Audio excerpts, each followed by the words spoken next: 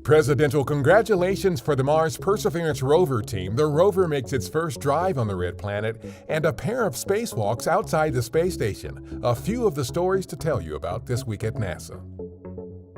On March 4th, President Joe Biden made a congratulatory call to our Jet Propulsion Laboratories Center Director Mike Watkins and the entire Mars 2020 team for the successful February 18th landing on the red planet of our Perseverance rover.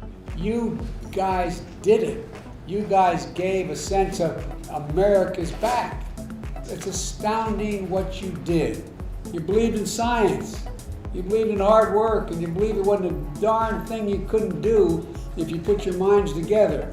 Perseverance also made its first drive on Mars March 4th, a trek across the Martian landscape that covered about 21.3 feet and which also served as a mobility test.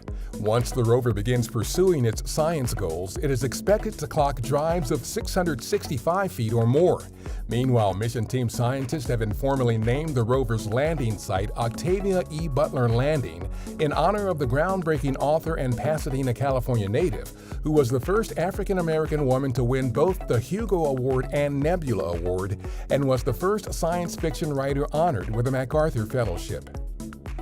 Astronauts conducted a pair of spacewalks outside the International Space Station during the week. On February 28th, our Kate Rubins and Victor Glover completed a 7-hour, 4-minute spacewalk to begin installing modification kits needed for solar array upgrades later this year.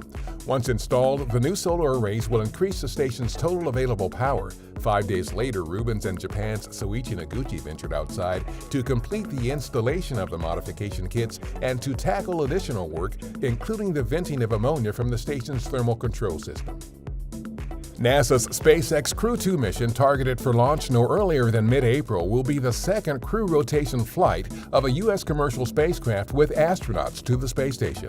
The Crew 2 astronauts, Shane Kimbrough and Megan MacArthur of NASA, Akihiko Hoshide of the Japan Aerospace Exploration Agency, and European Space Agency astronaut Thomas Pesquet, talked about the mission during a virtual crew news conference on March 1st. I'm looking forward to flying with this great crew that you see on the screen. It's been the first time in over 20 years that a crew from NASA, ESA, and JAXA have flown together, so that's pretty cool too. We're looking forward to spending several months on the International Space Station. Our James Webb Space Telescope passed 2 important milestone tests in February, moving the observatory a step closer to being ready for launch in October. Engineers confirmed Webb's internal electronics are working as intended and that the spacecraft and its 4 scientific instruments can send and receive data through the same network they will use in space.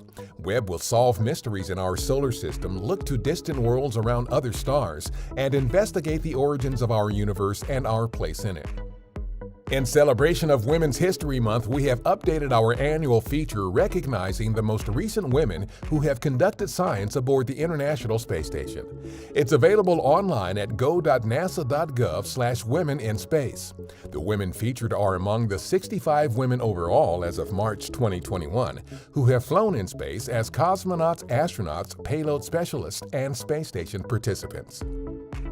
The next phase of testing in our Advanced Air Mobility National Campaign this month uses a helicopter as a stand-in advanced air mobility vehicle, flying various maneuvers at our Armstrong Flight Research Center in California. NASA and the Federal Aviation Administration are working together to create a new air transportation system that could support passenger and cargo transportation in urban, suburban, rural, and regional environments. Data from these flights will be used to help develop operational procedures for that new system. That's what's up this week at NASA. For more on these and other stories, follow us on the web at nasa.gov/twan.